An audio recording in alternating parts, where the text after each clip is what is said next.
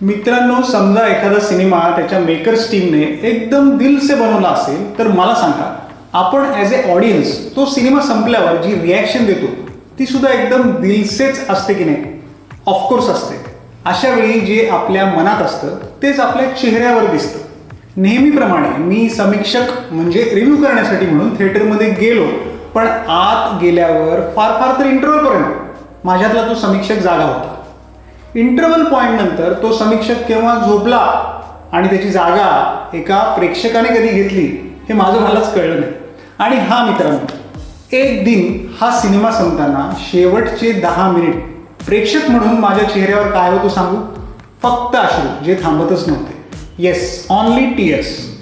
नमस्कार मित्रांनो, मी अजिंक्य उजळणकर आणि तुम्ही आहात नवरंग रुपेरीच्या फिल्मी दुनियेत. आणि आज मी अगदी थोडक्यात रिव्ह्यू करणार आहे काल प्रदर्शित एक दिनचा 2016 रोजी रिलीज झालेल्या वन डे नावाच्या थाय भाषेतील रोमॅन्टिक ड्रामा चित्रपटाला त्यांच्या थायलंड राष्ट्रीय पुरस्कार संघटनेमध्ये त्या सोहळ्यात तब्बल 10 नामांकनं आणि 2 पुरस्कार मिळाले होते.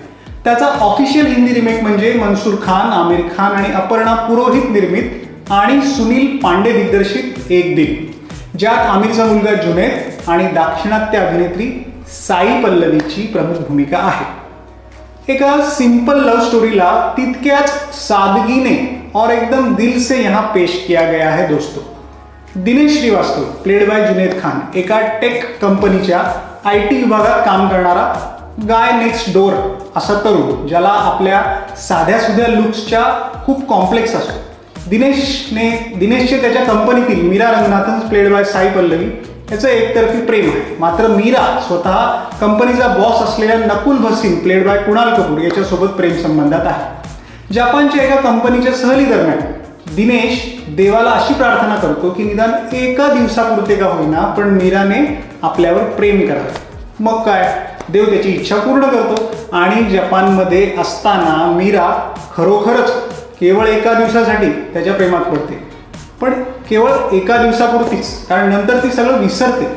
हे सर्व कसं आणि का होतं आणि मग अखेरीस दिनेशला त्याचं खरं प्रेम मिळतं का नाही? ही प्रेम कहाणी एका दिवसापुरतीच मर्यादित राहते की दुसरं काही होतं? हे मात्र तुम्हाला थिएटरमध्ये जाऊन बघावं लागेल. मित्रांनो, स्टोरी बाय स्नेहा देसाई आणि स्पंदन मिश्रा खूपच भावनिक आहे. त्यात एक ठहराव आहे, त्यात एक शुद्धता आहे, त्यात एक मॅच्युरिटी आहे आणि थेट हृदयात हात घालणारी ही स्टोरी आहे. आणि अशा इमोशनल स्टोरीला तितक्याच संवेदनशीलतेने, तितक्याच भावनिकतेने लेखकांनी लिहिले आहे आणि दिग्दर्शकाने म्हणजे सुनील पांडेने सादर सुद्धा केलं आहे. वरवर साधीसुधी दिसणारी लव्ह स्टोरी त्याच्या शेवटाला पोहोचताना हमखास म्हणजे हमखास तुम्हाला रडवते. त्यात साई पल्लवी आणि जुनैद खान दोघेही या भूमिकेसाठी इतके काही परफेक्ट चॉईस ठरलेत की बस.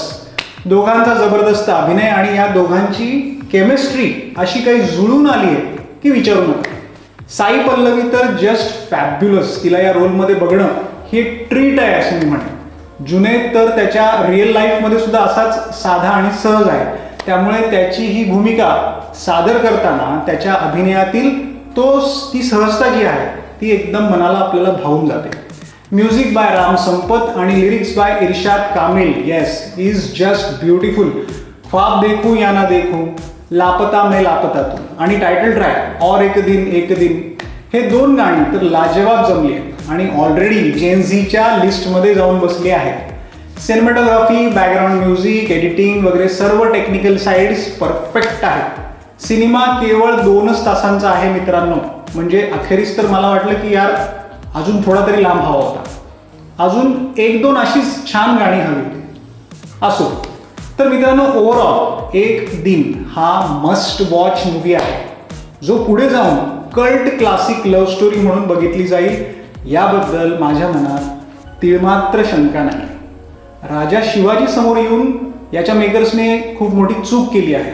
कारण दुसरीकडे साई पल्लवी आणि जुनैदचे फॅन फॉलोईंग अगदीच नगण्य असल्याने थिएटरमध्ये प्रेक्षकांना आणणे खूपच अवघड काम आहे. त्यामुळे एवढ्या चांगल्या मूवीला न्याय मिळणे मला तरी थोडं अशक्यच वाटतंय. OTTवर आल्यावर मात्र याची जमके तारीफ होण्यास सुरुवात होईल सर्व बाजूने. मी आउट ऑफ 5 या मूवीला देईल 4 स्टार्स.